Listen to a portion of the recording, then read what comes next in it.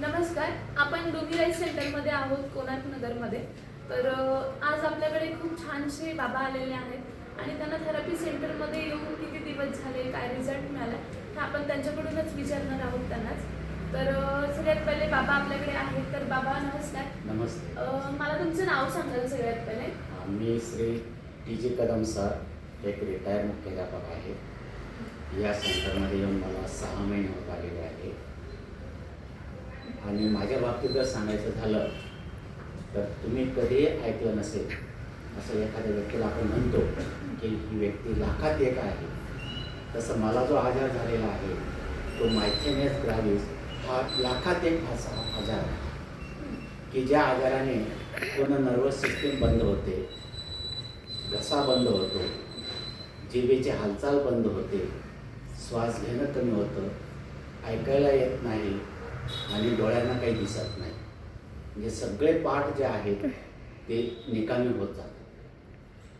परंतु या सेंटरमध्ये 6 महिन्यापासून आल्यानंतर मला खूप आत्मविश्वास वाढलेला आहे आणि माझे जवळजवळ 4 महिन्यापासून सगळे औषधं मी 8 ते 10 हजाराची औषधं या ठिकाणी बंद करत आहे. अच्छा. म्हणजे मला इतकं उपयुक्त वाटलेलं आहे की मी ज्यावेळेस सुरुवातीला या ठिकाणी 5 जुलैला इथे आलो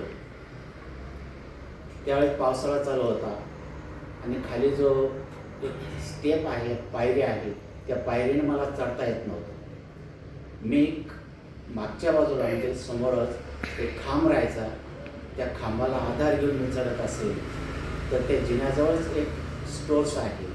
जे स्टोर्सवाले मला ओरडले, बाबा तुम्हाला दिसत नाही की आता पाऊस पडलेला आहे, तुम्ही खालून चाला. मी त्यांना रिक्वेस्ट केली की या ठिकाणी मला पाऊल उचलता येत नाही, परंतु त्याने ते ऐकलंच नाही. शेवटी मला या थेरपीमुळे आज मी ते कुठलाही आधार न घेता अत्यंत रुबाबात त्या दुकानासमोरून मी या ठिकाणी ती पायरी चढत असतो, जिना चालायला लागलो. त्यानंतर मला वाहन चालवण्याचा खूप शौक आहे. 4 व्हीलर माझी बंद झालेली होती, या ठिकाणी 4 व्हीलर मी चालतो. आता मागच्या महिन्यामध्ये मी त्र्यंबकेश्वरला त्या ठिकाणी जाऊन आलो. म्हणजे या ठिकाणी मला अत्यंत असं उपयुक्त या ठिकाणी मला वाटतं आहे की माणसाने जीवनामध्ये येऊन जर एखादं काही सार्थ करायचं असेल, खरोखर आरोग्याकडे जर लक्ष द्यायचं असेल तर आपण या ठिकाणी थेरपीचा आधार घ्यावा असं मला नेहमी वाटतं. आणि दुसरी गोष्ट काय करतो, आपण या ठिकाणी थेरपी घेतो, काहींना रिझल्ट येतो, काहींना उशिरा रिझल्ट येतो, परंतु त्यांना वेळ नसतो, काय नसतो, मग ते विनाकारण या ठिकाणी सेंटरला बदनाम करत असतात की या ठिकाणी उष्णता वाढते, असं होतं, रक्त आटतं, असं मला ते बहुतेक जण बोलले, सर थेरपीला कशाला जातात.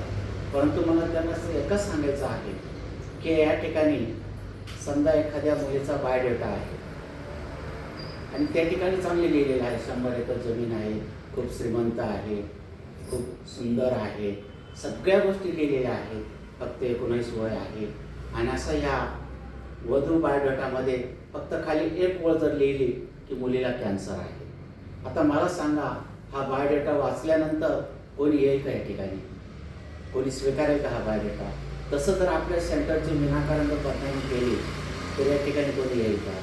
या ठिकाणी उलट आपण प्रोत्साहन देऊन आपल्याला या ठिकाणी जे मुलं आई-वडिलांप्रमाणे खरोखर आपल्या मुलांसारखे असतात, हे आपल्याला जीव लावतात, या ठिकाणी आपली काळजी घेतात, तसंही आपण या सेंटरची सगळ्यांनी काळजी घ्यावी. आणि जास्तीत जास्त सेंटर चालवण्यासाठी आपल्या परीने होईल तेवढा या ठिकाणी आपण प्रचार केला पाहिजे. या ठिकाणी आपण काहीतरी उपयोगात आलं पाहिजे, कारण ते आपल्या उपयोगात येतात, आपणही त्यांच्या उपयोगात असलं पाहिजे असं मला तरी मनापासून वाटतं. म्हणून सगळ्यांनी या ठिकाणी आपल्याला सेंटर चालवण्यासाठी भरपूर सहकार्य सगळ्यांना करा. या ठिकाणी योग्य ते पॉम्पलेट घेऊन चांगला प्रचार करा असं मला मनापासून वाटतं. ओके. बाबांनी खूप छान इन्फॉर्मेशन स्वतःच सांगितली, जे त्यांच्या लाईफमध्ये घडलंय ते बाबांनी सर्व सांगितलंय. पण बाबांना मी एक प्रश्न अजून विचारेन की तुमचा एवढा मोठा प्रवास, खडतर प्रवास, की एवढ्या मोठ्या आजारातून तुम्ही बाहेर निघाले, त्या आजारासाठी तुम्ही जेव्हा बाहेर इलाज केला तेव्हा किती खर्च केला होता? हां, तर मॅडमने असा योग्य प्रश्न विचारलेला आहे. या ठिकाणी खरोखर सांगायचं तर तुम्हाला रेकॉर्ड पाहायचं असेल तर CNG हॉस्पिटलमध्ये जा तुम्ही. मे 2021मध्ये मला ज्यावेळेस मायथेनियस ग्रॅव्हिसचा म्हणजे मेंदूचा अटॅक आला त्यावेळेस मी ते बेशुद्धच होतो. परंतु त्यावेळेस मला 3 लाखाचे असे 3 इंजेक्शन 8 दिवसात दिले. त्यानंतर महिनाभर ICUमध्ये मला ठेवण्यात आले. परत 22मध्ये परत तसाच अटॅक आला. अशा पद्धतीने अटॅक करत करत मला 22 लाख रुपये याला आलेला खर्च आलेले माझ्या आजारासाठी. तरी फारसा पैसे देऊन मला कॉन्फिडन्स नव्हता. परंतु या ठिकाणी थेरपी आल्यानंतर असं वाटतं की आपल्याला खूप काहीतरी प्रोत्साहन या ठिकाणी मिळालेलं आहे, एनर्जी मिळालेली आहे, म्हणजे जीवनाचा आशेचा किरण या ठिकाणी मला मिळालेला आहे. आणि विशेष म्हणजे माझ्या पैशांची खूप बचत होते आहे. म्हणून त्यांचे मी अत्यंत सत्य म्हणजे या ठिकाणी मनापासून मी यांचे आभार. थँक्यू सो मच बाबा. अजून एक गोष्ट मी तुम्हाला अशी विचारेन की आतापर्यंत तुमच्या निम्म्याच्या वरती मेडिसिन तर बंद झालं हो. आणि दुसरी गोष्ट म्हणजे तुम्हाला इथे आल्याच्या नंतर कोणताही खर्च दवाखान्यामध्ये करायला लागत नाही. तर मग तुम्हाला काय वाटतं, थेरपी काळाची गरज आहे की सवय आहे? नाही, थेरपी ही काळाची गरज आहे आणि हे काळाची गरज ओळखूनच या ठिकाणी मी मागच्या महिन्यामध्ये मॅट बुक केलेली आहे. तर उद्देश एकच आहे की ज्यावेळेस मी आजारी होतो घरच्यांनी खूप सहकार्य केला मला. या ठिकाणी जवळजवळ बाबा रडू नका. तुमच्या बाबांनी खूप छानसा रिझल्ट त्यांचा सांगितलाय आणि नक्कीच एवढा छान रिझल्ट मिळाल्याच्या नंतर, एवढा खडतर प्रवास झाल्याच्या नंतर सुद्धा बाबा इथे थेरपी घेऊ शकताय. आज ते फक्त त्यांच्या फॅमिलीमुळे आणि फॅमिलीचा तर हात असतो म्हणूनच बाबांनी खास त्यांच्या मिसेससाठी, त्यांच्या फॅमिलीसाठी आपली जी काही मॅट आहे ती घरी घेऊन जाण्याचा निर्णय घेतलाय, जेणेकरून त्यांनाही फ्युचरमध्ये कोणत्या कधी ऑपरेशनची गरज पडणार नाही आणि दवाखान्यामध्ये खूप सारा पैसे खर्च करण्याची गरज नाहीये. थँक्यू सो मच बाबा. तुम्हाला जर थेरपीबद्दल थँक्यू बोलायचं असेल तर तुम्ही कोणाला बोलणार? या ठिकाणी विशेष म्हणजे मी लकेश सरांचे आभार मानेल. कारण पहिल्या दिवशी त्यांनी मला खूप असं व्यवस्थित थेरपीची माहिती दिली, आजाराविषयी त्यांनी विचारपूस केली आणि या ठिकाणी तुम्हाला रिझल्ट नक्की येईल सर, बाबा तुम्ही घाबरू नका. त्यांनी खूप मोठा आधार दिला.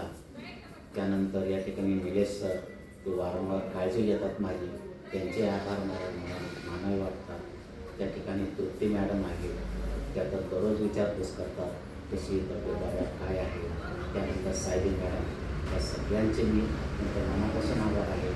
आणि सायली मॅडम एक प्रकारे आमचे पिता आणि लेख जसं नातं राहतं त्या पद्धतीने आमचं नातं आहे.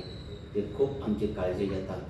तर मला सगळ्यांना विनंती आहे की या ठिकाणी आपल्या कुटुंबासह या ठिकाणी तुम्ही हजेरी लावत चला आणि एक प्रकारे आपल्या आरोग्याची काळजी घ्या. आरोग्यासाठी लुमी राहील. थँक्यू सो मच बाबा. तुम्हाला भेटून तुमच्याशी बोलून खूप छान वाटलं आणि नक्कीच आमचे जे काही आई बाबा आहे बाकीचे सुद्धा, त्यांना सुद्धा नक्कीच तुमचा व्हिडिओ बघून खूप छान वाटणार आहे. तर तुम्ही स्वतः सुद्धा आता कंटिन्यू थेरपी करणारच आहे आणि बाकीच्यांना सुद्धा असंच सांगायचं. थँक्यू.